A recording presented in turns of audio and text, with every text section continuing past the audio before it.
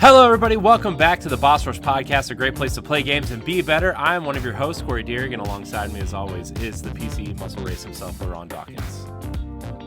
You know what I'm about to say. You know what it is. What's poppin'? Thank you. Why did you have to draw it out? Why did you have to why you gotta play games with my heart? Yeah. Okay. I could have been like, what it is. I'm sorry. It's Wednesday night, so you know I'm always in sort of I'm in a different mood on Wednesdays compared to Tuesdays. I know. Everybody's always happy it's Wednesday night. Also joining us is the Mad Pharmacist herself. Also about to release her next novel sometime this summer. Yes. Stephanie Klimov. Yes. Happy to be back. Thanks for holding the fort down there on last week. Yeah. Oh, it was terrible. It was an experience. Yeah. No, I had to talk about Nintendo for an hour and 45 minutes. Oh no. If I wanted to do that, I would have just invited myself to Pal Block.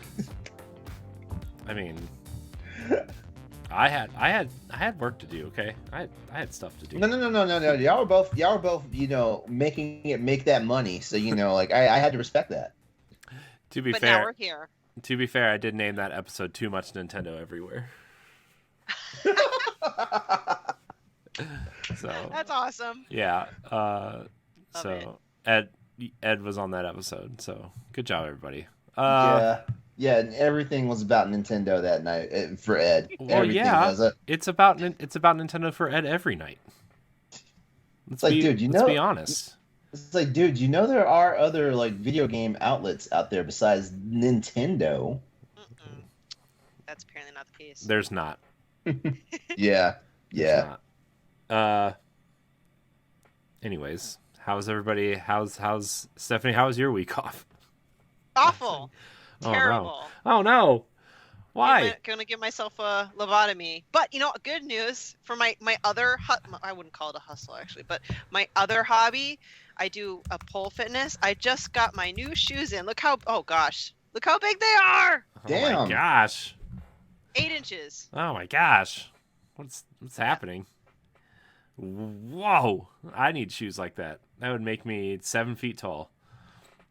Hey, it would make doing squats. It would make doing squats a lot easier. Then you could really do the acid grass squats.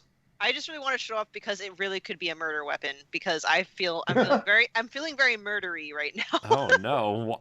Why are you feeling murdery? It's a good thing I'm in a Skype screen instead of a around a table with you guys. For real, yeah.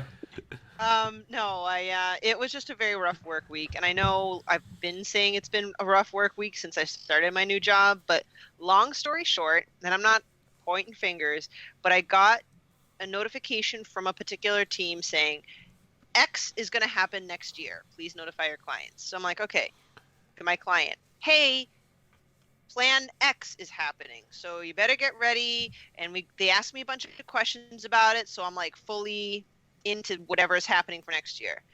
Apparently, on Friday, they decided to nix that X idea. I'm just very simplifying it, right? Mm-hmm.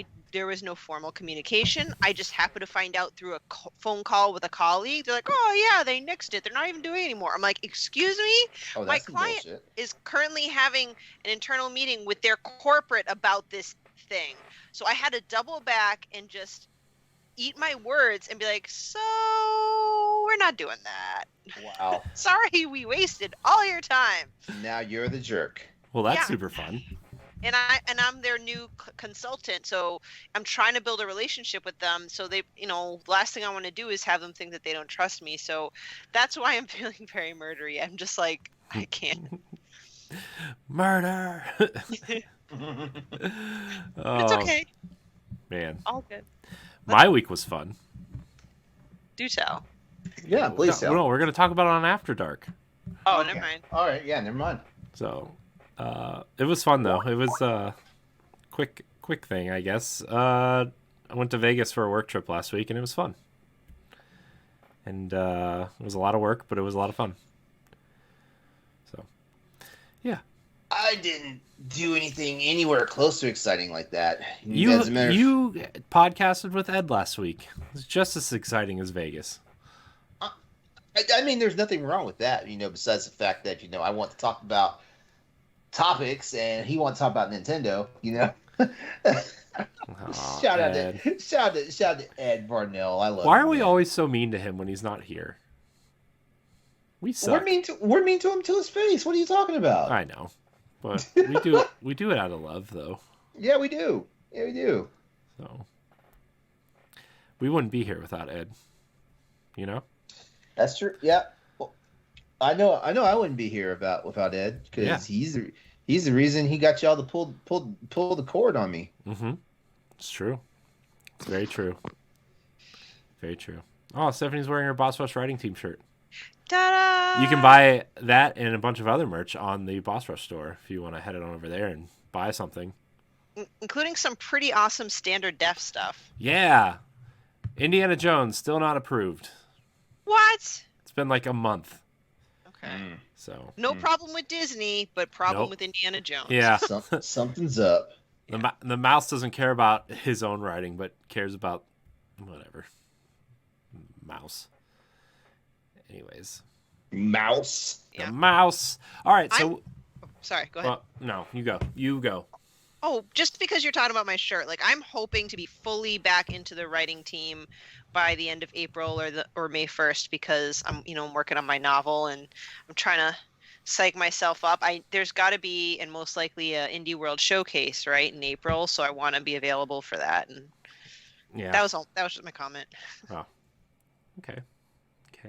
I hope to be writing more soon. I've just been transitioning into a new position at work, and it's been really busy, and we've had a lot of events at work, and it's just I don't know. Life's been really busy. I texted you guys earlier. I just feel like I've been way busier the last month and a half or so than I have been in a long time.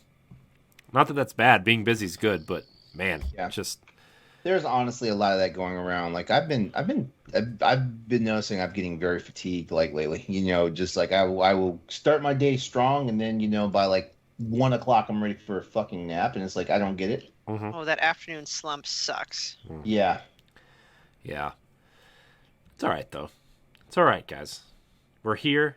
It's Wednesday night. It's time for the Boss Rush podcast. We have topics. We have questions. We have things to talk about. Where do we want to start? This is usually not a problem for us. Let's get the questions out of the way first. Oh, why? So they can skedaddle after we read their question? They can stop watching the live show? No, I'm just kidding. Okay, then let's do one topic. I'm just kidding. One topic, one question, then back to topic, then the other question. How about that? No, we'll just read the questions. I was just kidding. All right. So we're going to read friend of show Grayson Morales' question first. Speaking of things in life, have any of you ever felt like you were stuck in a rut? And if so, how did you get out of it? I feel like I'm still stuck in my rut. Now, are we talking about video game rut or real life rut? Because this is what I mean by I can actually interpret many of these questions as both. I know. Yeah, for real. I mean, I can give both. Yeah, let's give both. Why not? All right. Well, for video games, and it'll tie into one of our topics later. When it comes to a rut, well, first of all, I can really only mentally handle one type of game at a time because if I do multiple of the same, I will get into ruts pretty easily. Unfortunately, most people will not like this answer, but if I'm really, really, really stuck in a rut and as an adult I have limited time, I'll just look up a guide. I hate to say it. However, it does not work with Sifu. I got in a rut with Sifu because I know what I was doing. Like, I know what I need to do, but I just keep getting my ass kicked. What I do, and this is kind of similar for just life stuff, is I'll stop the game. I go back to it the next day. Do something different. I use guides all the time for everything. I had to look up a guide last night for Super Mario 3D World. I had to look up. I was missing a stamp, and I had to look it up. I feel better now. I always feel like it's almost like a dirty little secret that I have that I look up. I don't care who knows it. I use guide all the time. I use guides. My laptop, every time I play a game, my laptop or my phone are open. Sometimes both. So like sometimes I'll have a written guide on my laptop and I'm kind of reading through it. And then if the guide is just written and it's way too long, I just pop open YouTube on my phone. I'm like, I got to get through this. Where's a video on this garbage? I need to get through this. Occasionally, Yeah. I'll start a game and I will try my best to get through stuff without a guide. And then like I just hit a point where I'm like, I just want to blow through this right now. Let's just get through this, you know. Mm-hmm. So.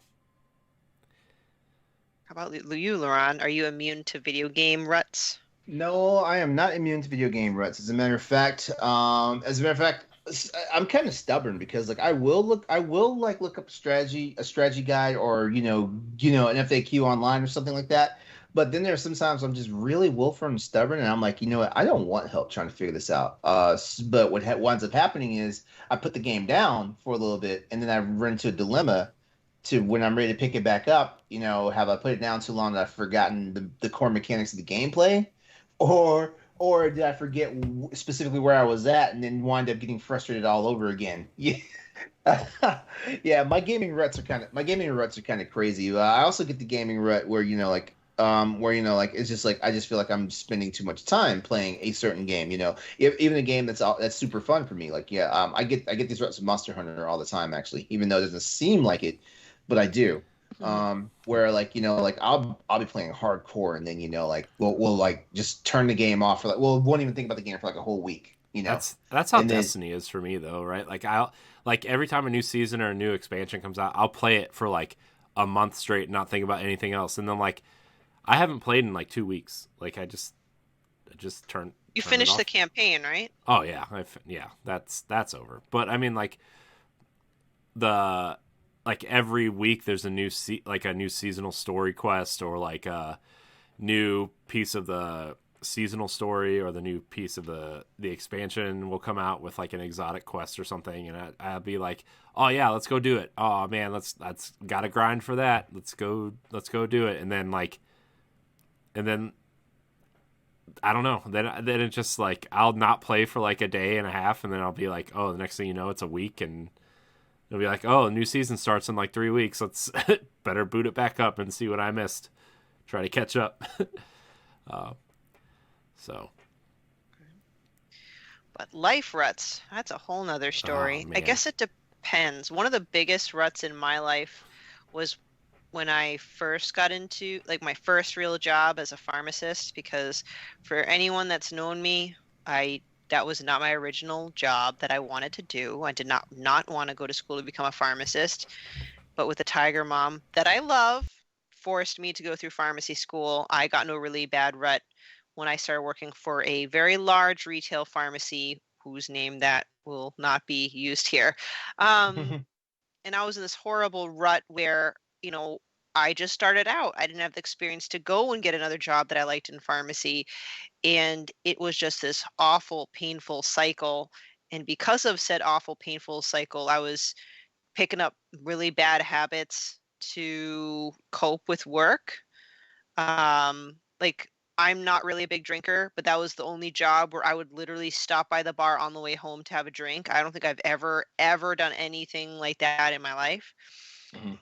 And, after goodness, a year and a half, I mean, I just kept looking for jobs. And I noticed that a lot of people, even if they're not happy with their job, they'll still stay there Let's for stick with it. Yeah.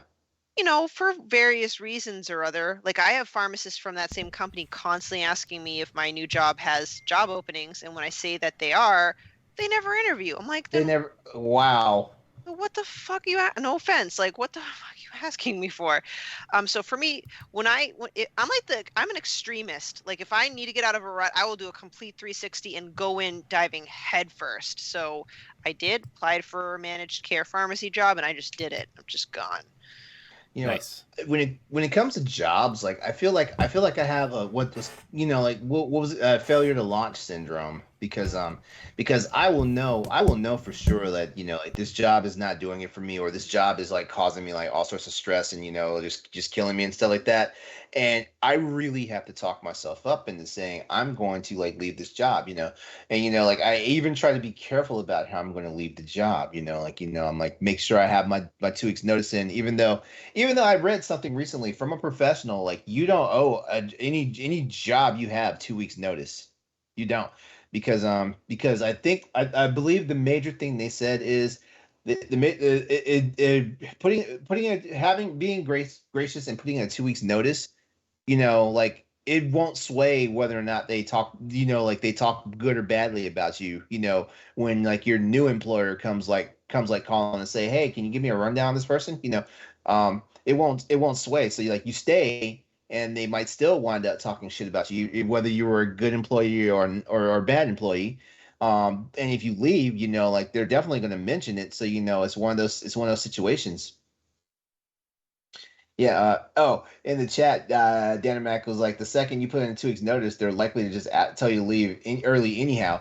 That is true unless you are the fucking star performer. If you're the star performer, then they try to schedule you out as far as they can, like hoping that they get the last little bit out of you and stuff like that. Uh, the the corporate world is weird. It sucks that like we get stuck in this situation where like we have to do this rat race, just to survive nowadays. Especially given what the economy looks like and how just the way of life is and things like that. It's just it's fucking insane. And Well, yeah, that is a point Mhm. to consider. It's like, a lot of people say, "Hey, I have a job so I can pay the bills, feed my family. I Mhm. need to get out of it, but is it worth the risk? If I quit and can't land a job, then I'm fucked." That's So, that's Yeah. how that's how Yeah. I was for a while. Because like, I mean, Stephanie, you probably know a little bit, but like, I carry the insurance for my family. I carry, I I couldn't leave my last job unless like there was insurance, there was like 401k stuff, there was like enough money to like pay for that and rent and whatever. I mean, don't get me wrong, Mhm. my wife makes good money, but like the insurance and the 401k and stuff is all it's something that you have to huge. look at. And It's huge. Yeah. uh I worked some really hard jobs before the one I work at. I mean, not that the one I'm working at isn't hard, but it's like I've been there 7 months and I still love it. The first, like, it was like my first day, like it. This is when people say that work is work. I'm just like, I don't know. I think if you find something that you really love doing, Mhm. it's, you don't think about it as work as much, and like, I am fortunate enough to have found that after, you know, 15, 16 years of not having that, where I like absolutely hated what I was doing. Totally. Yeah. I mean, like, Totally there with you. I worked in a restaurant for 13 years and I managed it for 5, right? That was awful. Like, no offense to those people. Like, I have a lot of good friends from there, and I still keep in touch with some of them. But like, one of them I play Destiny with like every weekend still. But it's just like, man, I could not do that anymore. I just, Well, I'm sure they'd agree it's awful. The restaurant business in general is very challenging and not rewarding. It's not a personal Mhm. attack. It's yeah, just no, bad. no, I know. And then like, I worked at the car dealership for 3 years, and everybody kept quitting. And then I was there. I would work from like, LeRon, I would, I would wake up at like 5 a.m., go in, or I would have to be there at 5 a.m., and then I would work till like 5:30, 6 o'clock, sometimes 6:30 every Yeah. night. And that was like, man, that was really rough. And then I would have to work Saturdays because the Saturday person quit too. Like, that was, but I mean, thank, thank God my wife maybe applied to this job, because like, I really thought I was underqualified for it, but they hired me, and I was like, okay, well, joke's on you, I guess. Ugh. No, I'm just kidding. I I really enjoy my job, and it's funny because he he told me that he hired me because of the podcasts and the YouTube channel. I was like, oh, That's okay, awesome. cool. Hey, because Neat. you know what that says? He was looking for a creative mind and not so much just somebody that would do a task. Mm-hmm. Yeah. Well, I mean, he told me that sometimes it's about what you put into something and not about what's on the piece of paper, and I was like, okay, well, Yeah, good. fair enough. Yeah, very good point. Yeah. So it also helps that I walked into a job that like I'm literally doing for them what I do for us. Like I'm editing. cool. I'm editing So videos you're- now and doing their So social you're having media. you're having fun. Yeah, the only thing I'm not doing is hosting the podcasts, which probably for the best because I have no idea. I mean, Yeah, I'm learning, but Corey's like doing this. I mean, that's not entirely true at all.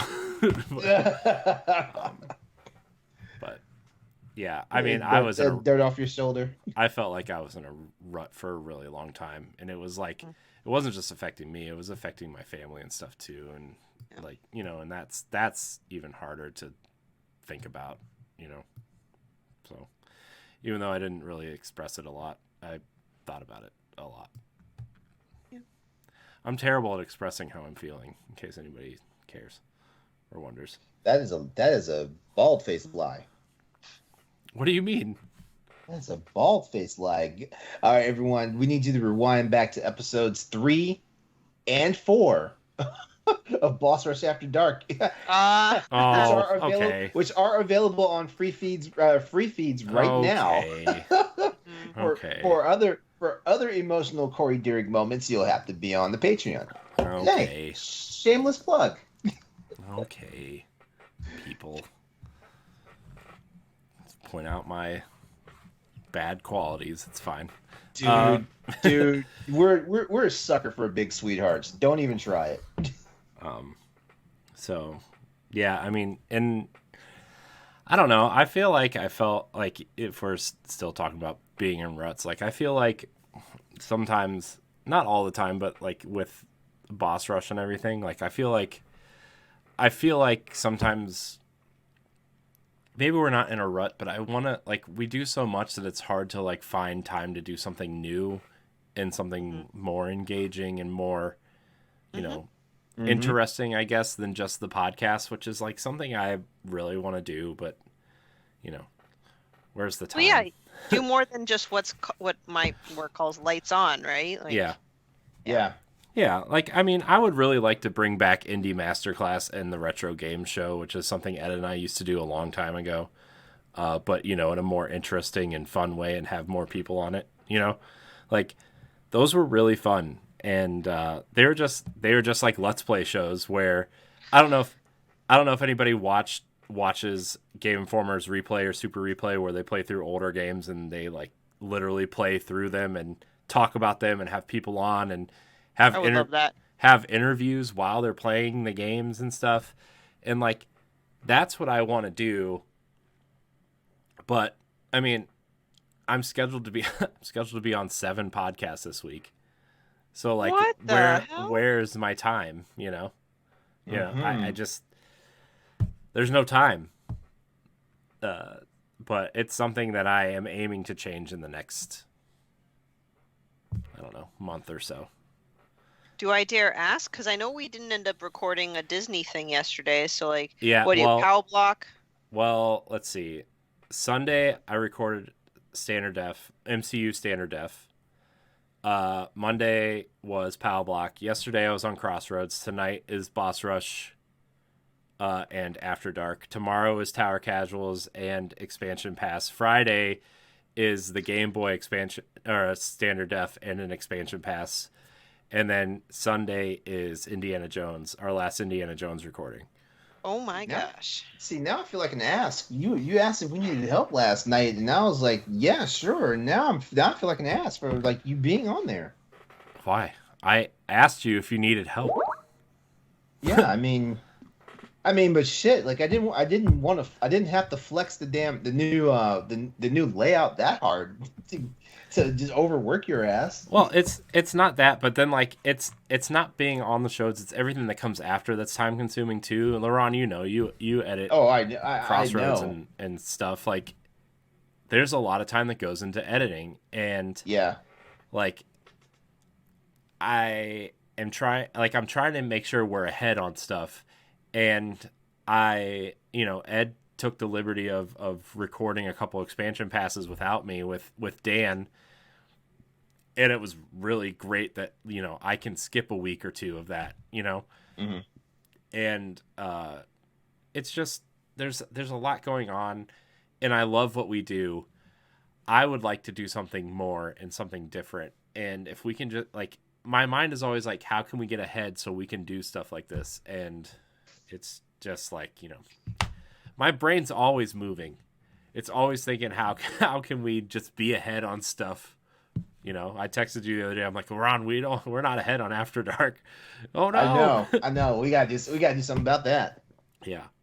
I got anxious when you said that, because I was like, I kind of like having like a buffer. Yeah. We were 3 weeks ahead, and then we had spring break, and then one night our meeting went long, so we missed one, and then you didn't record one with Ed last week, so yeah, there's our 3 episode buffer. In all honesty, After Dark doesn't feel right if it's just one of the regular hosts and then just one guest. If it was one regular host and then a couple of guests, it could work. Mm-hmm. Yeah, no, but having one regular host and just one guest, it doesn't really work. It doesn't really feel the same. The flow of conversation doesn't work. Yeah, no, I get it. And it's the same with it's the same with any other podcast, right? It's just if there's only one of the regular hosts, even if podcasts that we don't do, if I'm listening to a podcast and it's one of the hosts and then a group of people that I never heard of, I'm I'll listen to the first 5 minutes, and sometimes I'm okay, I'll keep going because this is okay. But sometimes I'm just I'm out, I'm dipping because this isn't the regular people I like listening to.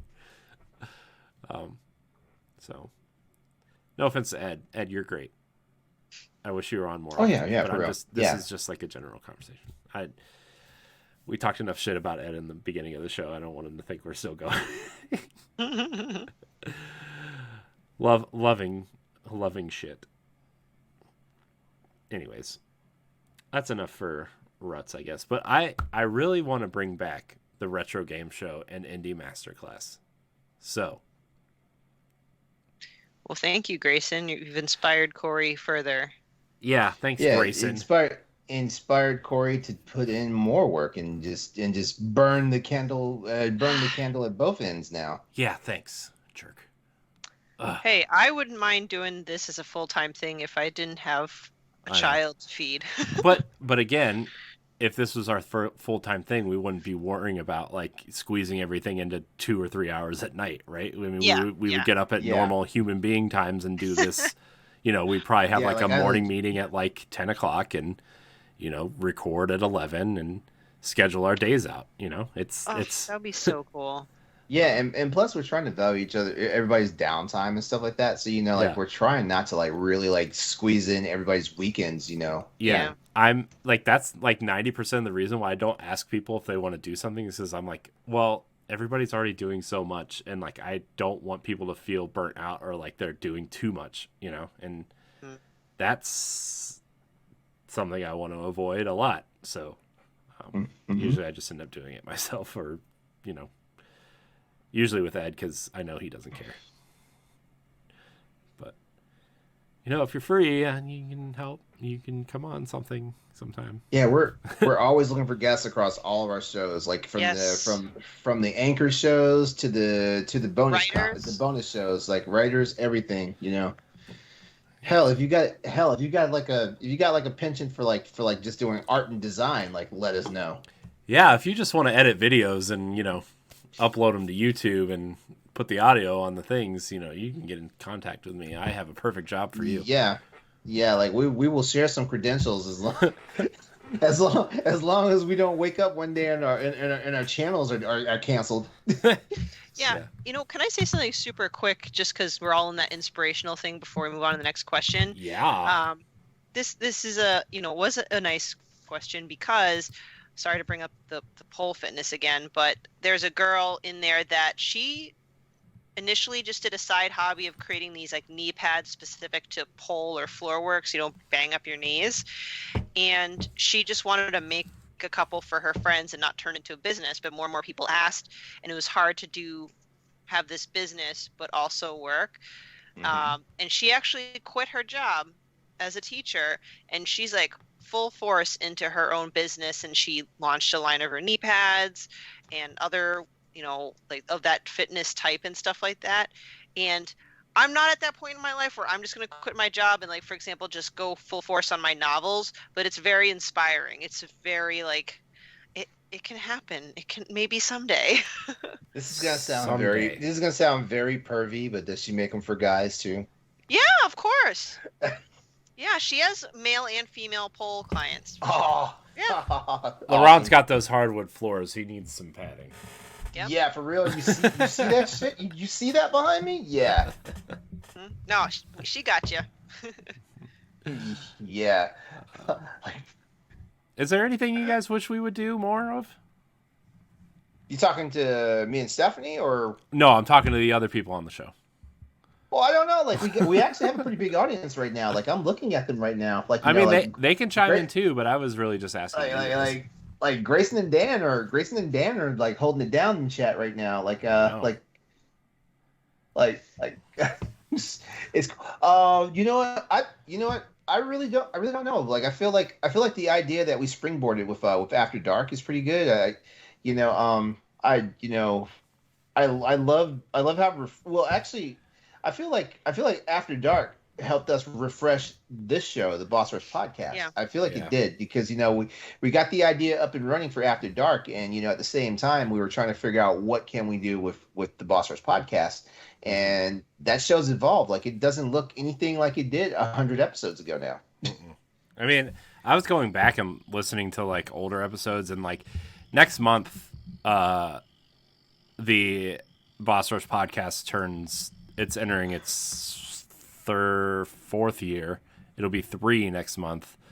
And like, I was listening to older episodes, and like there were things that I just totally forgot. Like, the show was not what it was now, obviously. And like, there was a stint where Ed was hosting it, and there was a stint where like, I was focused on Power Block and the Nintendo side of things, and Ed was hosting this show, and there was some news, but sometimes there wasn't, and sometimes we had guests, and sometimes that show ended up being like 1v1 as well. And this show has gone through so many evolutions, but like, I feel like we really hit this stride with this show.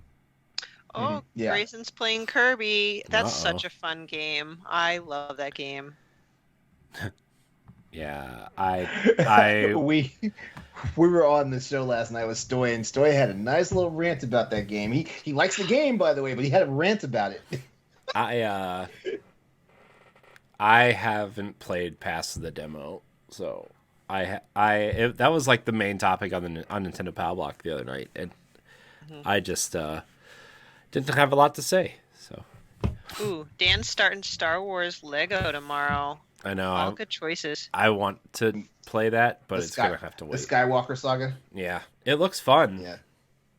But I honestly have to say, this week there's not a lot in gaming that I want, but I'm gonna try. So This is like, a good thing.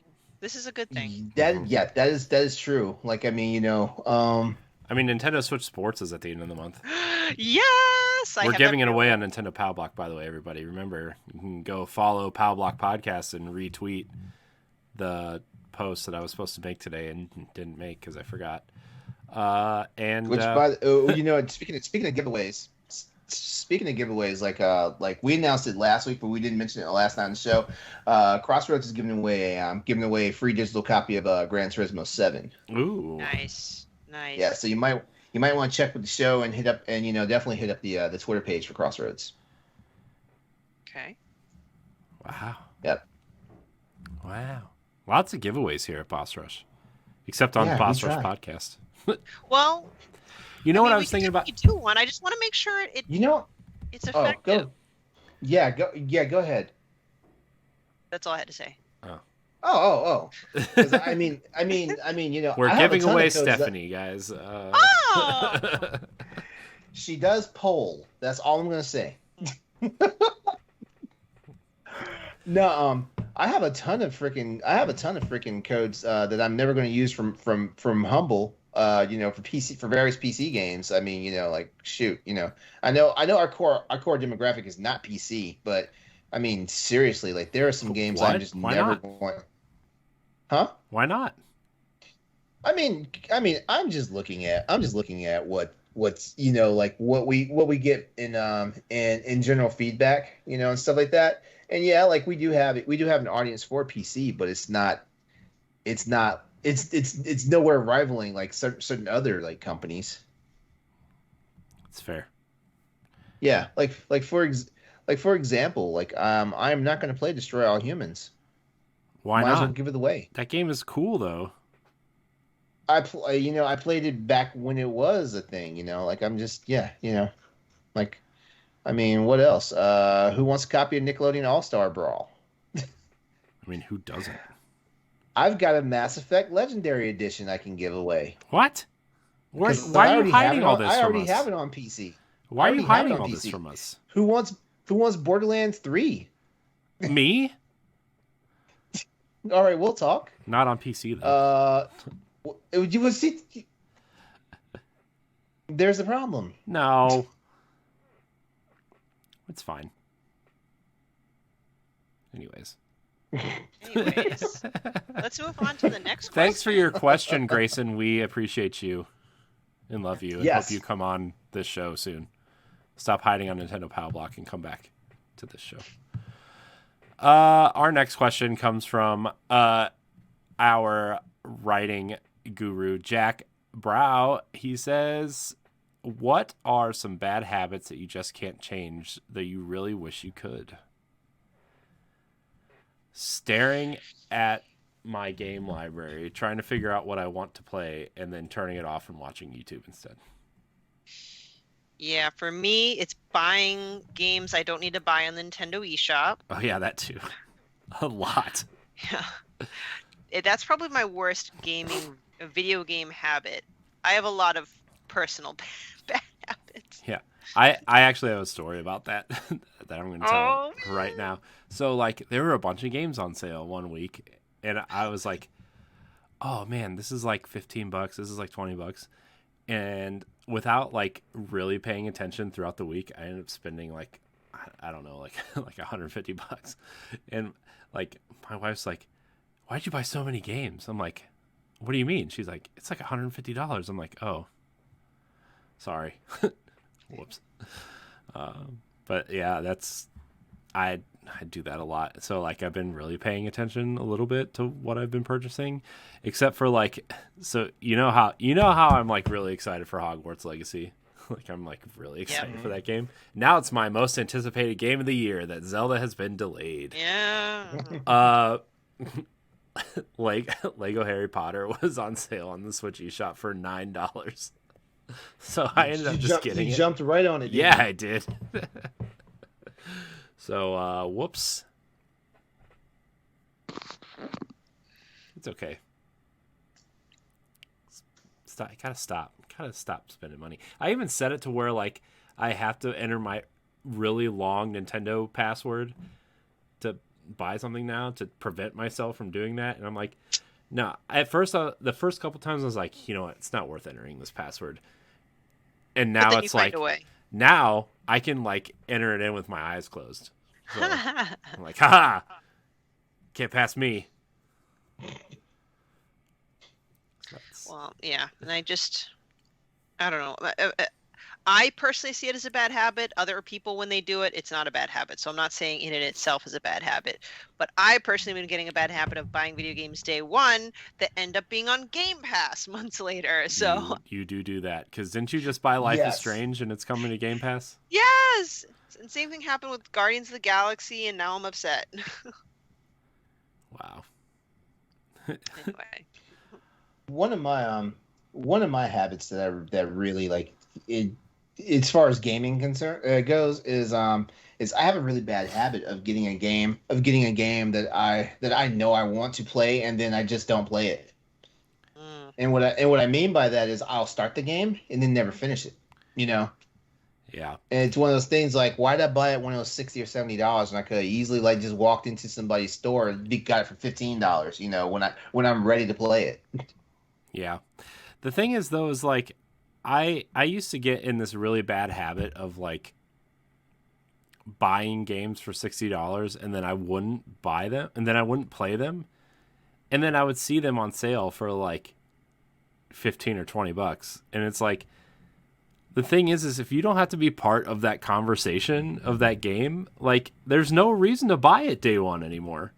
Especially with like, I mean, look at Cyberpunk, right? I mean, if you played that thing on console, you were like screwed. But now it's like, it's fixed and looks great and plays great and everybody loves it now, And it's like, well, yeah, there was a point where you could buy that thing on Xbox and PlayStation for $10 at Best Buy. $10 with the free upgrade. So. Oh. Dan says, my bad habit is banging my head against the goddamn same Elden Ring boss over and over and over. This is why I don't play that game. Yeah, this is your fault for playing Elden Ring. So that's your problem. I knew not to buy Elden Ring. I was like, I've played enough Souls to know that I'm not going to play it. So I'm just kidding. You play what you want. If you enjoy hitting your head against the wall, you hit your head against that wall. Against that wall. I have to prove to myself my thumbs are powerful, he says.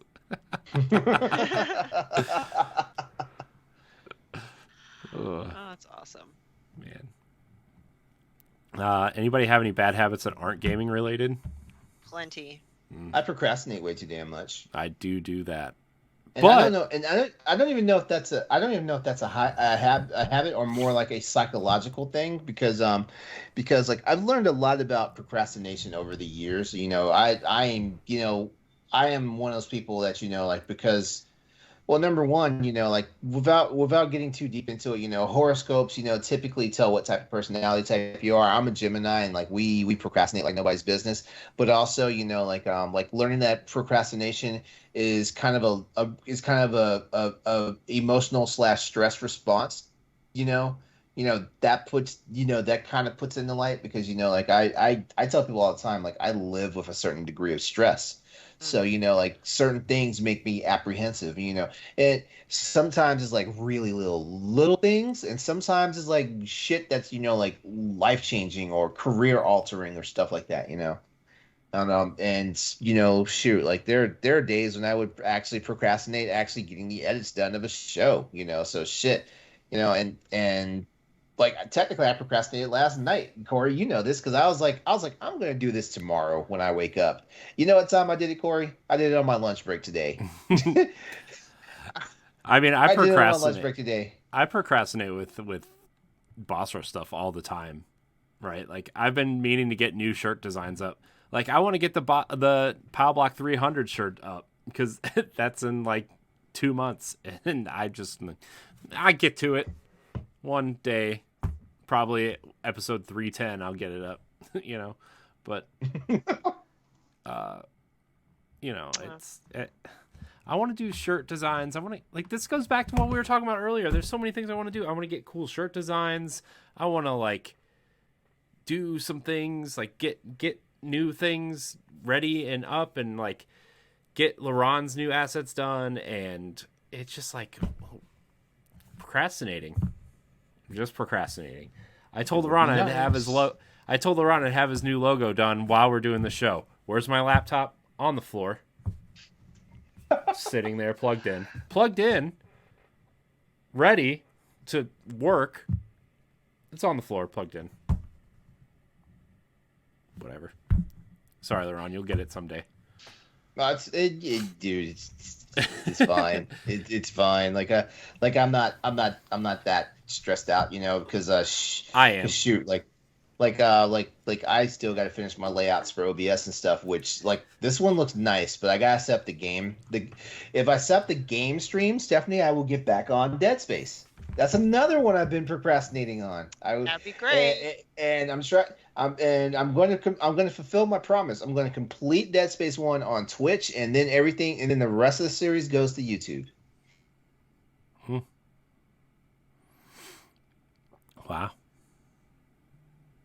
I kind of wish I could trade anxieties for one of procrastination. I can't. I just think it's maybe I inherit it from my mom, but I get anxiety if I don't get stuff done, to the point where I try working on stuff when probably it's not time or ready to work on stuff. But as far as bad habits, well, I have plenty. When I get anxious, I still chew on my nails and pick at my cuticles. That's annoying. It's a bad habit. I know it's a bad habit. Same. Mm-hmm. My wife yells at me. I'll be sitting there and I won't even realize I'm doing it, and she'll hit me. Like, she'll smack my hand like I'm a child. Yep. She'll be like, "Stop it. Stop it." I'm like, "Oh, I guess I am doing it." But I don't even, like, it's to the point where, like, I don't even realize I'm doing it. That's how often I do it. Yeah, same here. I just, people have to literally smack my hands like I'm a child as well. I don't know what's up with that. Also, I just had one on top of mind. Oh, I apologize too much. And I'm aware I apologize too much. I say sorry probably like every other sentence, but I just can't seem to shake that habit. Yeah. I should know better. I apologize a lot too. And then they're like, "What are you sorry for?" I'm like, "I don't know. It just feels like something I'm going to have to be sorry for soon." So. Yeah. Man. Look at these questions. Great questions. Yeah. I love getting questions. Give us more, everybody. Yeah, I actually missed the question and answer segments of the show. You know, of the shows. You know. Yeah. Yeah. So thanks, guys. Yeah. All right. What are our real topics tonight? E3. Somebody want to talk about E3? So I guess we'll do that. Let's talk about it. Yeah, E3 I don't know, I feel like half the people I listened to were not surprised that this happened, and the rest were obviously very upset. I'll admit, I kind of fell in the middle where deep down I'm like, I could see this being canceled. It wouldn't be the biggest surprise.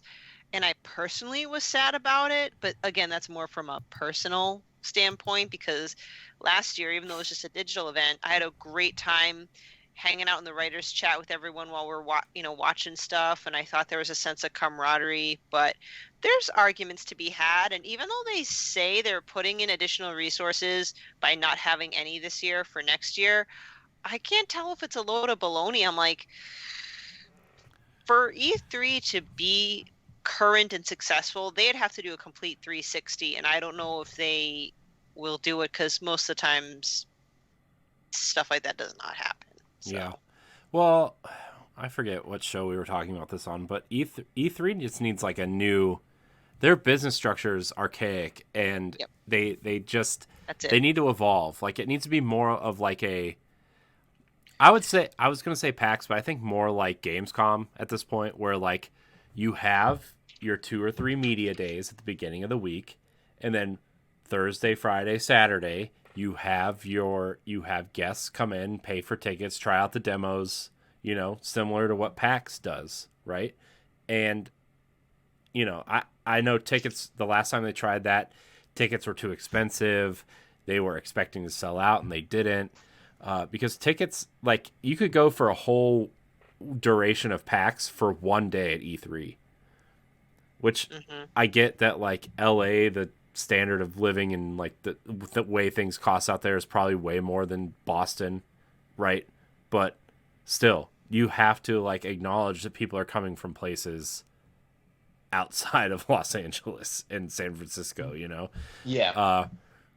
and like I know that there's like a balance there, and E3's bigger than PAX in the grand scheme of things, so like you could probably get away with charging a little bit more, but like PAX is like, I think it's something like, what, $210 for 4 days? And it was like $250 a day for E3 or something stupid like that. Maybe it wasn't that much, but I remember it being so ridiculously overpriced that people were like, why would I go when you can get a better experience viewing it online? Well, and I know, LeRon, you're probably going to mention this, but, publishers, even smaller ones like Annapurna, all the way up to the big ones like Nintendo, Sony, and Xbox, they now do their own directs and announcements. So it's not worth it to have E3 have people pay out their ass to listen to things that publishers can do on their own for free. So I would still like an E3, but it has to be more than just that. It has to be. Mm-hmm. Yeah, the major thing is, like there was real magic, in the E3, like when like the big companies were there. I mean, like there was a time when Sega, Sony, Microsoft, and Nintendo were all at this venue that happened in 3.5-4 days, and it was freaking nuts. Like like Microsoft and Sony had presses on the same day. Nintendo had one either in the middle or at the end, and then Sega was somewhere, smashed into all that shit.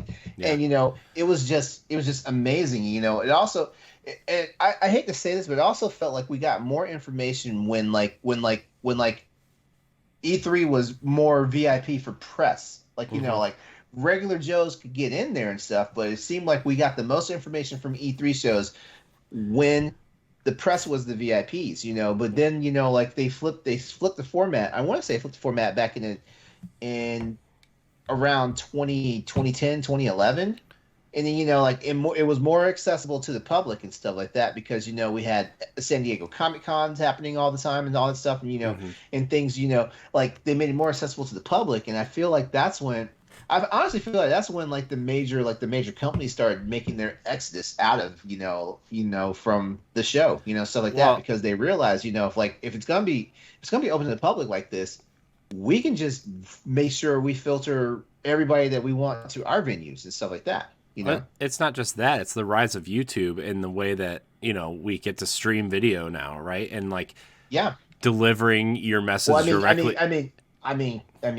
Well, okay, you meant from the developers because we can't really like stream their stuff. Like, I'm saying the way that like we get to watch the whole press conferences now from home, from our desks or from our couch without being interrupted by some fool in the crowd, right? Not running the risk of not being able to hear what somebody's saying, stuff like that. And, Nintendo started early. Like the one thing Nintendo was ahead on, not ahead on internet or online services or eShop store setup, but the one thing they were ahead on was Nintendo Direct, right? Where they made this curated video where, the presenter on stage isn't afraid to talk in front of a large crowd. The demo didn't crash. The controller works. You know what I mean? Like, remember the Uncharted demo that they had to start over because the game literally wasn't working when they were on stage? Yep. Like, that shit didn't happen.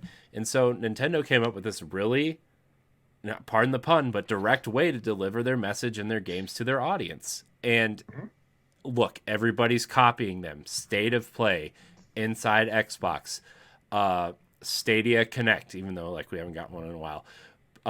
Even individual companies are starting to do this now, right? Where Cyberpunk's Night City whatever, right? That Paris was hosting. And like it's just everybody found that out, and that was what started slowly killing E3, and E3 did not evolve, and that's why that's the other major like elephant in the room here. E3 didn't think that like sure, they could deliver their press conferences all day, right? Like the Microsoft conference is always great, but Microsoft not technically part of E3. Bethesda not technically part of E3. EA Play technically not part of E3. Sony puts their State of Play on the week before, right? Like Activision pulled out.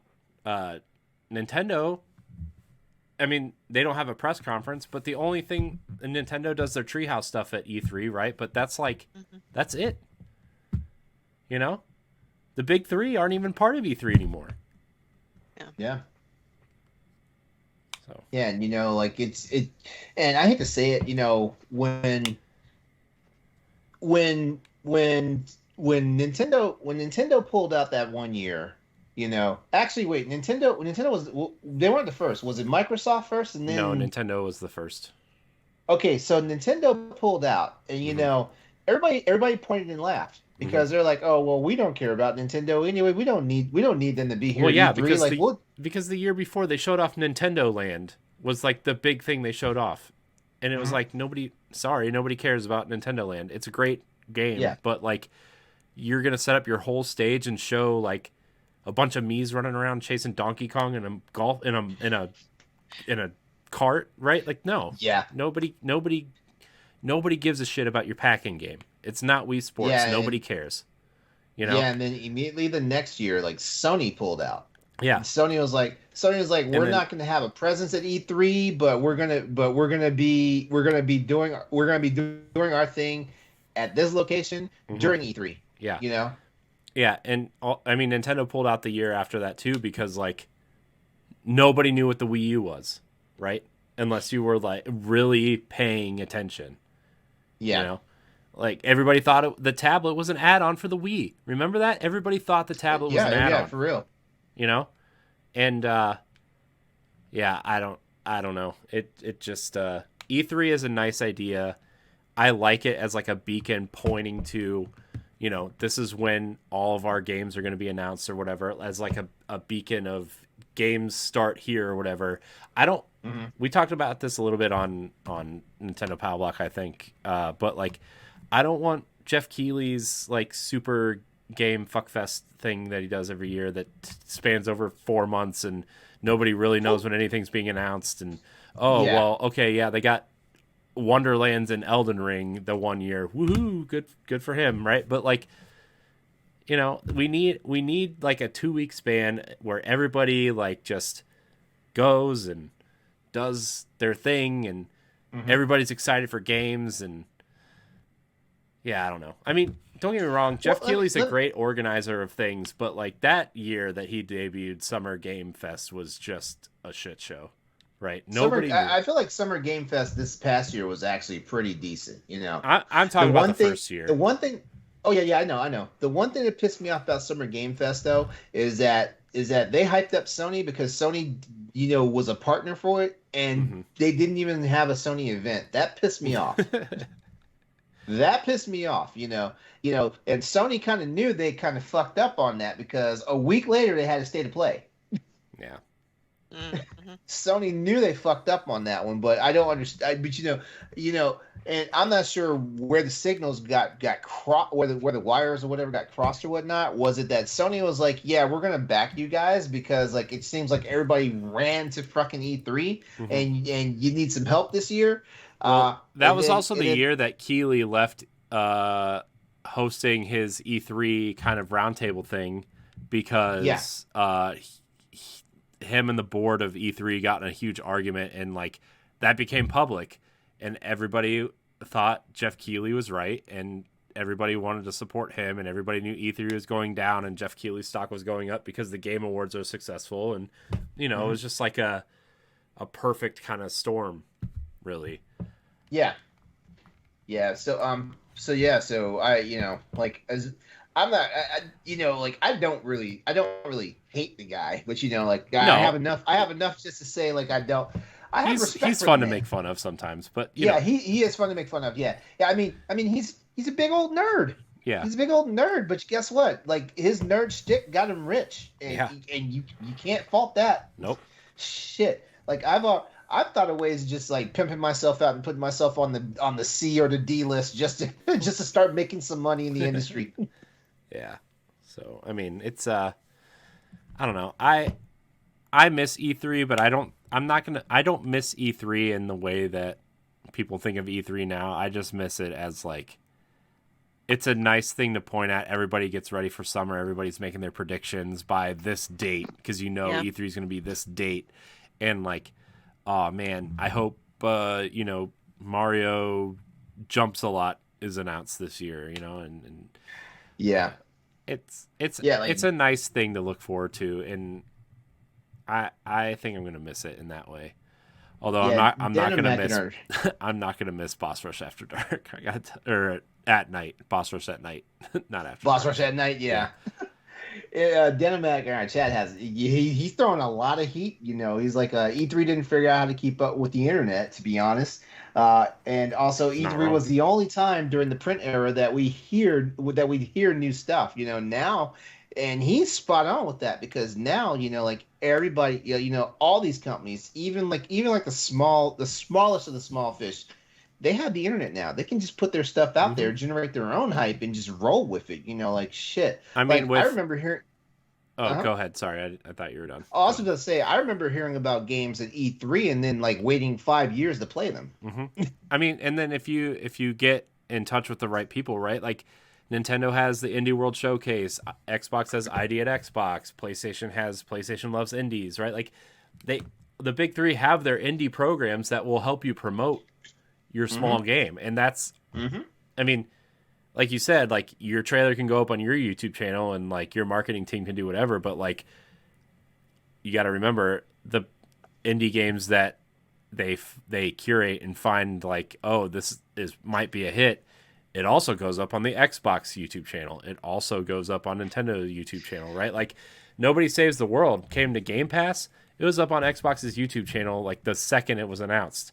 And then now it just showed up on Nintendo's YouTube channel because it's coming to Switch and PlayStation. Yeah. That game's awesome, by the way. Everybody should play that game. Great Switch game. But well, with no E3 this year, we got to remember we got to pick a date, I guess, to kind of make a couple more choices for our roster, our 2022 game roster. I know I'm just gonna lose. Maybe I should just forfeit now because Breath of the Wild 2 is on mine. So that's a big fat 0. I also had a 0 though. I had LeRon with his Elden Ring and all of this other shit. I don't understand Stephanie, you and I should just combine our lists and take LeRon out. What is this collusion that's happening right now? Don't worry about it. Let's see. I had... Oh, shoot. I had Tiny Tina's Wonderlands on here. Whoops. Stalker 2. Like, that's probably not coming out this year because of the war. Yeah. So... Let's see what he's doing on Metacritic. Let's see what Tiny Tina's doing on Metacritic right now. Yeah, I have that. And, I need to give Stephanie some scores on here. I didn't get Gran Turismo 7 or Aztec. Well, but see, here's the thing. Triangle Strategy. Aztec went kind of with ratings, and I heard Gran Turismo 7 was review bombed. Yeah, but not by critics. We're not going by user score. We're just going to go by critic score. So, yeah, I have Sea of Stars on here, though. Oh, I also have MLB The Show. So, yeah, so we'll definitely need to do like a mid-year check-in around the time E3 would have been, and then just like score so far and then pick. I forget how many more we were allowed to pick. So, well, all right. So Tiny Tina is sitting at a 77 average across the three platforms. That's about what I thought it would. Because PS4 and Xbox One are getting no critic scores, which I think might signal that we just need to stop talking about PS4 and Xbox One on Crossroads. I mean, I think those consoles just need to go away now. I realize why things are still coming out on those consoles, especially third-party experiences, but like, man, just let it go. Just let it go. Port everything to Switch. Speaking of letting it go, I definitely think we can let go of E3 and just hope for the best. I do want to pose one question because I saw this come up a lot last week when people were talking about like the death of E3 and stuff. Are you in the camp that considered it like a holiday for gamers? Because I don't think I ever felt like it was that. I mean, I used to take off work for E3. Oh, really? Yeah. Like when Ed and I first started stuff, like we used to take off and watch all the press conferences and podcast about them. We would do watch-alongs for every conference live, and then we would, after the conference was over, we would talk about them. It was really fun. Okay. I don't think anybody would have the time to do that now, but like it was really fun at the time. It's really hard, but it was really fun. Yeah, I mean, I guess it depends on the person, and like you said, Corey, the time as an adult. But last year was my first, because I was my first year with the writing team and whatever. I actually did end up taking a day off. I could only take off one, but couldn't take everything. So I took, I think, Tuesday or Thursday, whatever day the Nintendo Day was. Yeah. I don't know. It's like just a bit of a celebration. I mean, yeah. So I mean, kinda yes, but like whatever day. No. I just wanted to get like a real feel for it because I don't know how I ever felt about E3 as far as that. Like I knew when E3 came around, like back in the day, I would pay attention to stuff like that. But I don't know. I never really considered it, like a celebration time for me. Like I celebrated what was announced and things like that. Especially things that got my attention. But it's weird. I guess. Well, I it don't know. I depends. guess It depends on the person, right, Lauren? Like the way you view things and stuff is different. Like for me, this was all new to me, and I was excited because I got to be in a virtual room with a bunch of people, and not only that, but E3 had. Oh God, all, you were like, you were different publishers. you were in that room the day Ed was screaming his head off in the chat. Yes, and I was probably screaming too, but he's louder. And imagine hearing that 8 times in a week through your headphones. and it's even nice. even though now that I think about it though, like that last Nintendo Direct that happened where all those games got announced, especially the front mission games. Like I am so glad like I was not in a live conference with y'all because I would have embarrassed myself. Yeah. Yeah, but it's exciting, right? When you see something you want. Yes. Yeah, it's exciting. It doesn't matter what platform it's on, it's games are exciting. And I mean, I think that's where we come back around and say, like, E3, whether you care about it now or not, it used to be that for everybody, where like, oh man, that game got announced. Oh man, that game got announced. Oh, did you see that? Oh, Xbox revealed their new thing or whatever. PlayStation revealed God of War. I mean, like, even that last E3 PlayStation was at when they did the whole God of War with the orchestrated music and the waterfall and like seeing Kratos walk out. That was the same one. That was the same one that began with Monster Hunter World, had Last of Us 2 in the middle, and ended with God of War. Oh my God, that was fucking phenomenal. Yeah, I'm saying like that's awesome. Like that God of War, when they re-revealed God of War, I remember that I like fell out of my chair. I was so excited. Because like I was in disbelief when like the first thing that rolled out in Sony's press conference was Monster Hunter because I was like, this looks like Monster Hunter. This is not Monster Hunter. This cannot be Monster Hunter. Why would they announce a Monster Hunter game here at the Sony press conference? And sure as fuck it was. Yeah, yeah, and like as someone who like really loved God of War, like the original series of God of War games, like seeing that come back in the way that it did and knowing Cory Barlog was attached to, like, God of War 2 is one of my favorite games of all time. It's seriously one of my favorite games of all time. And he directed that, and knowing that he was attached to this, and he also directed the Tomb Raider reboot, which it was also one of my favorite games of all time. Like, I was ecstatic. Now, granted, I don't think God of War is as good as everybody else says it is, but like it's still a great game. But like I just remember when it got announced, I couldn't have been more excited I don't know. Yeah, I respect Barlog, except for that moment when he said Metroid Prime is too hard. I mean Metroid Dread was too hard, and I was like, dude, what the hell are you talking about? No, it's not. Yes, it is. Metroid Dread is hard. It's not too hard. No, it's not. Listen. No offense, Stephanie, but Stephanie beat Metroid Dread, and Stephanie's not the most hardcore gamer out there. Stephanie's better at games than me. What can I say? And you have a lifelong career of playing video games. I was dude. like, please don't insult yourself like that. It's true. It's true. I play every game on easy mode. I use guides. I use whatever I can to win. There's nothing wrong with using a guide or having a tool assist or whatnot, Except for Destiny. I really try when I play Destiny. Don't tool assist and put yourself on a leaderboard though. No, that's just not cool. I think the only game that I take like super serious is when we're doing something really difficult in Destiny, I think. But every other game, I'm just like, no, I got to get through this. Let's go. Codes, cheats, easy mode. I'm sorry, the stream has caught me yawning so much tonight. I'm so sorry. Stop yawning. How dare you? I'm so sorry. Rude to the listener. Yeah, it's too late for me to go grab an energy drink though. Like no, like I want to be able to sleep tonight so I can wake up early enough in the morning to watch the new episode of Star Trek. Oh. Well, I'm excited to see what is in place of E3 this year because I think it could be something cool. Yeah. But What in is the it? meantime, I don't know. what is what? Oh, I was like, huh? I'm gonna be ahead. I honestly am on a budget, so I only got a ticket for Saturday's PAX East because it's in Boston and I live right outside of Boston, so I'm looking forward to going to that. Yay! Nice. Yay! I wanted to go, but plans changed and they didn't accept my. I never got anything back from when we submitted for media badges, so. Ooh, next year. Yeah. Lamont was so excited. Was his thing legit?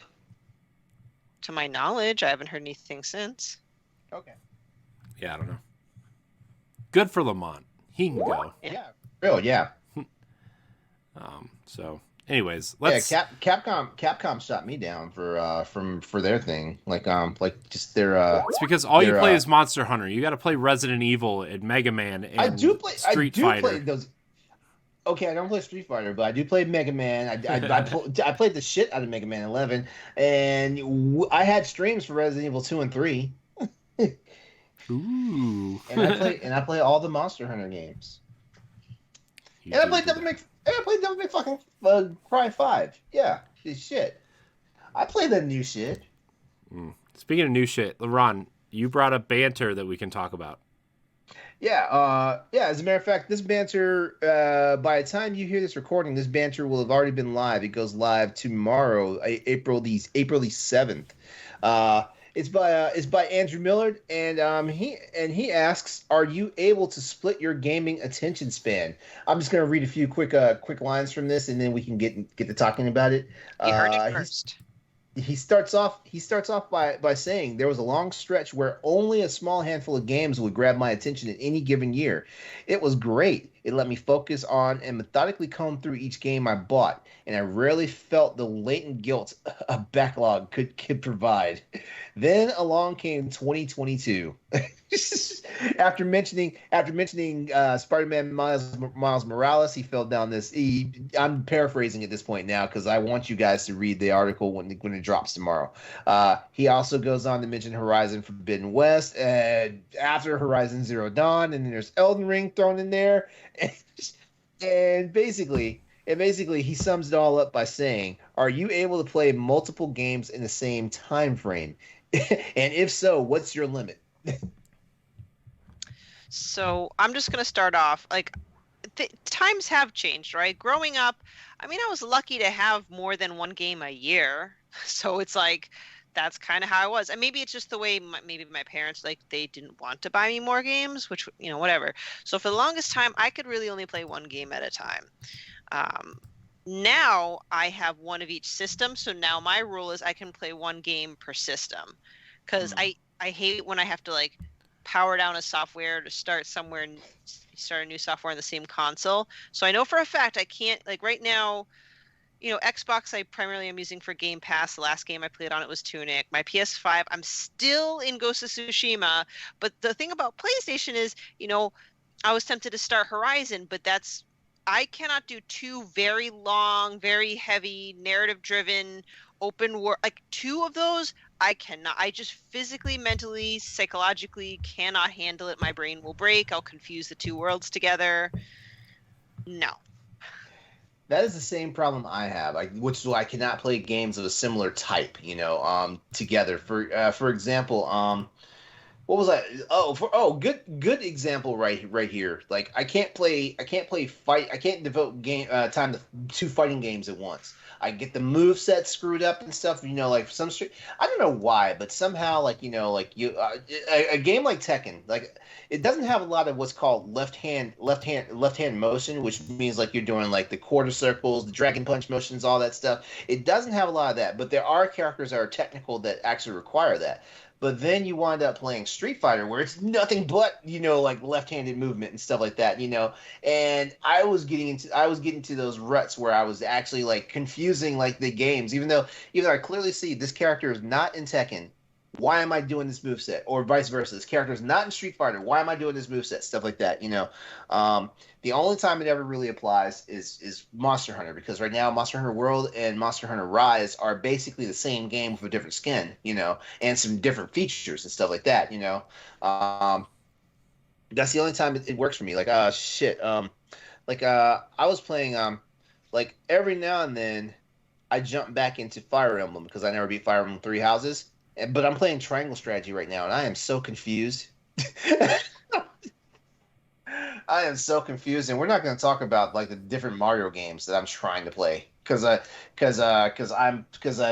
got Mario 3D World. I've got Super Mario 3D World right now, but I've also been playing the other Mario game, the new Super Mario Brothers Wii Deluxe game, and Jesus Christ, New Super Mario Brothers U Deluxe, bro. Oh, is that the name of it? Yes. Nintendo needs to stop. Nintendo is the toxic in the community. I'm sorry. Like, those fucking names, come on.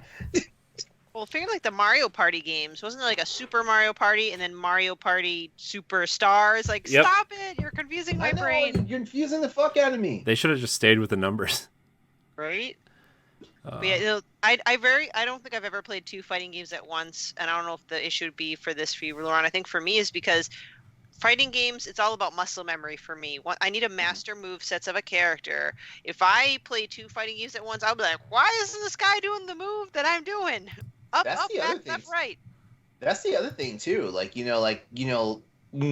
it comes to fighting games, like I'm trying to master like one or two characters, so I can at least hold my own, because like shit, you go online, start playing in a multiplayer environment, you figure out how bad of a scrub you are really quickly. So it's one of those situations where it even gets to the point where like I have one fighting game and I feel like I can only safely devote myself to learning 2, maybe 3 characters at best, and we know fighting game rosters have like 40 plus characters now.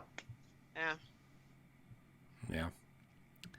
I have a really hard time playing multiple games at a time, but also like you said, the same genre, like shooters, I don't remember the last time I played a first-person shooter other than Destiny, besides Halo for a little bit. But like even when I was playing Halo, when I was writing the review, it was like I kept pressing the Destiny buttons and I kept dying because I wasn't pressing the right buttons. And like there's a control scheme that's similar to Destiny, so I switched it there, but it's just off enough, where like 2 buttons are like, okay, well, this still doesn't feel right, to the point where it's like I go out of my way not to play first person shooters anymore, except for Destiny, because I know it's just gonna mess me up. So Dan from the chat says Destiny ruined other shooters for me. It's too good. Bungie is the master at gunplay. It feels so good. The guns feel good, the movement feels good, and the supers feel good. It just feels too good. So too good. But like I also like usually try to find a game on Switch and then a quote unquote console game, to play at the same time. Yeah. So, but that's what I do. I feel like I do okay when I'm playing one main console game or one main PC game and then one game on the Switch. I feel like I have a better balance. But even still, like I get greedy. I get greedy because the other day, I told you guys, like I turned on Shining Force on Nintendo Switch Online, and I was having a rough time translating the controls on that because I was playing fucking Triangle Strategy. Yeah. And Shining Force is such a simple game. Yeah. It also helps like when you're using the proper controller too. Like I bought the Super Nintendo and Genesis controllers for Switch because they were back in stock. Still waiting on the damn Nintendo 64 ones, but I am really excited to play. Like I have a really hard time playing NES games on the Switch, and so I went out of my way to buy these. Right, because all of Nintendo's controllers except for the NES and the Wii remote, the buttons are like crooked, And then the way you naturally want to play them, like you want to, like if you're playing Mario, you want like on the Switch controller, you want A to be run and B to be jump. Well, it's not.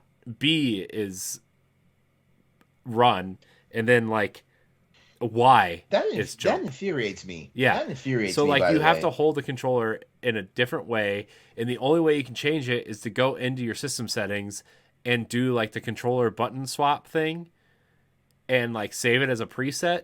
And I'm like, I don't have time to do all that. Just make the game the way people want to play it. Nobody cares that you're stubborn Nintendo. Just give me the run and jump buttons where they're supposed to be so I can play Super Mario 2 like I did when I was 5 and eat snacks and just cry every time the stupid mask chased me in the second level, okay? Just let me play the game. So I bought these. Also, the thing that's annoying about these NES controllers is they're the only ones that you have to slide into the Switch to charge. Everything else is USB-C.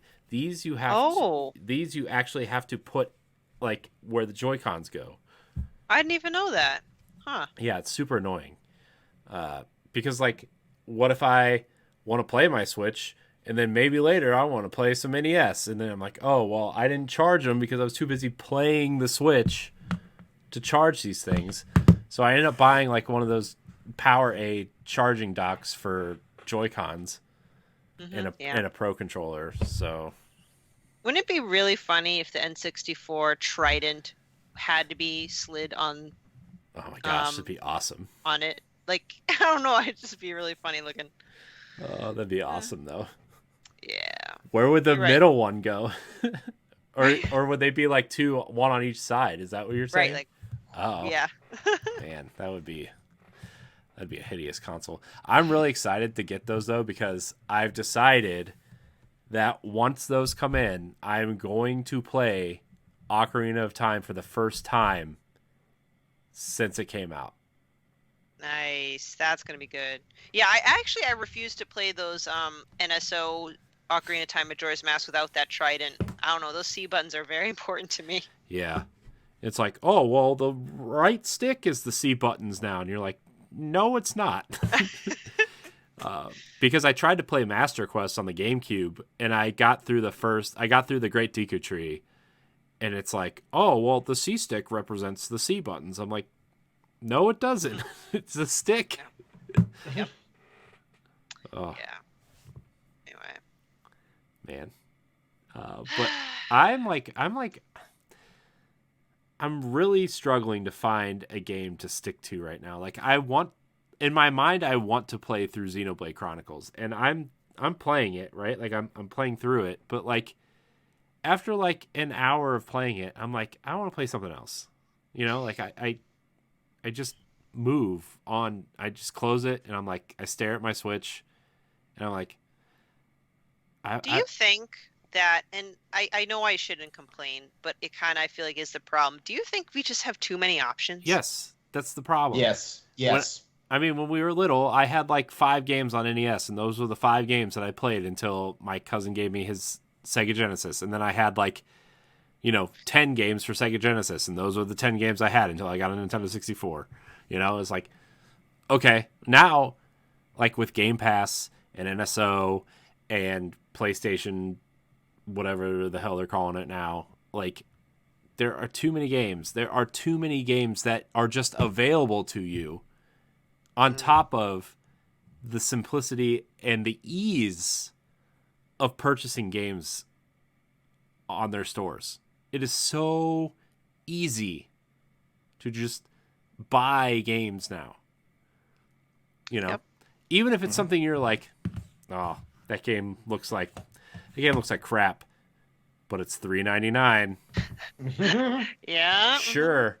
Right? Like I can't tell you how many games I've seen on the eShop, and I'm like, man, this game looks rough. Oh, $1.99. Sure. I got 8 quarters burning a hole in my pocket. Let's just try this out. And I play it for like 10 minutes. I'm like, yeah, okay. Yep. But I wish you hadn't mentioned any of that because I'm so sad. Like the other day I popped on Nintendo, like the Nintendo eShop, just to see if a release date had happened for Advance Wars, and sadly, it is not. Sorry, LeRon. It's probably going to be like Yeah. July. June or July. Why? That's when the Front Mission games come out. If I'm hearing it correctly, Front Mission 1 comes out in June, and then Front Mission 2 will be out in July or Nintendo August. does not care about everybody else's games. They only care about Nintendo games. And Nintendo doesn't actually care about the gamers either. So there's that. They don't care about you. They sure as fuck don't care about me. Sounds like an abusive relationship. Yeah. Are you okay, LeRon? Did somebody hurt you? Yeah, Nintendo hurt me. Show me where they hurt you. Oh, I have to pull down my pants for Oh, God. Our podcast is not hosted on Pornhub, okay? We cannot do that. that. I didn't say I'd pull down my underwear. I just said I'd pull down my pants. It was implied.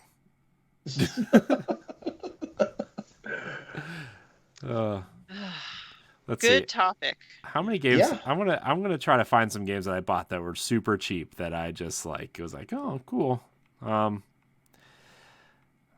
mind. The eShop's not loading. I can't get into my re-download. Anyways, good topic. Great, Yeah. Great show tonight, everybody. Woo! Man, good times. So I guess we'll wrap it here then. Is that okay with everybody? So Yeah. great. I want to thank everybody for watching and or listening and joining our live chat. Thank you, Dan. Thank you, Grayson. Thank you, other people who are lurking in here. Thank you all. Yeah, great show. Great show. I want to thank everybody for watching and or listening. I think we just lost Stephanie. I don't know what happened. Oh, there she is. Oh, my gosh. You can find us on all podcast services. If you're listening on iTunes or Spotify, please leave us a 5-star review. You can follow the Boss Rush Podcast now on Twitter at Boss Rush Podcast. We've opened up the podcast-specific Twitter accounts again, so you can have easier access to communicate, send us your questions, all that stuff. You can find all of our content on bossrush.net. LeRon, where can we find you?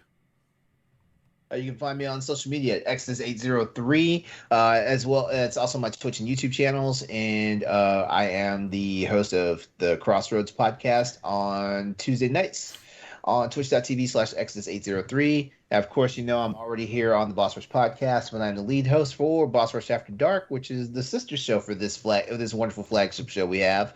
And you can find me on various episodes of Standard Definition, including the MCU Standard Definition, as well as the Mass Effect Standard Definition.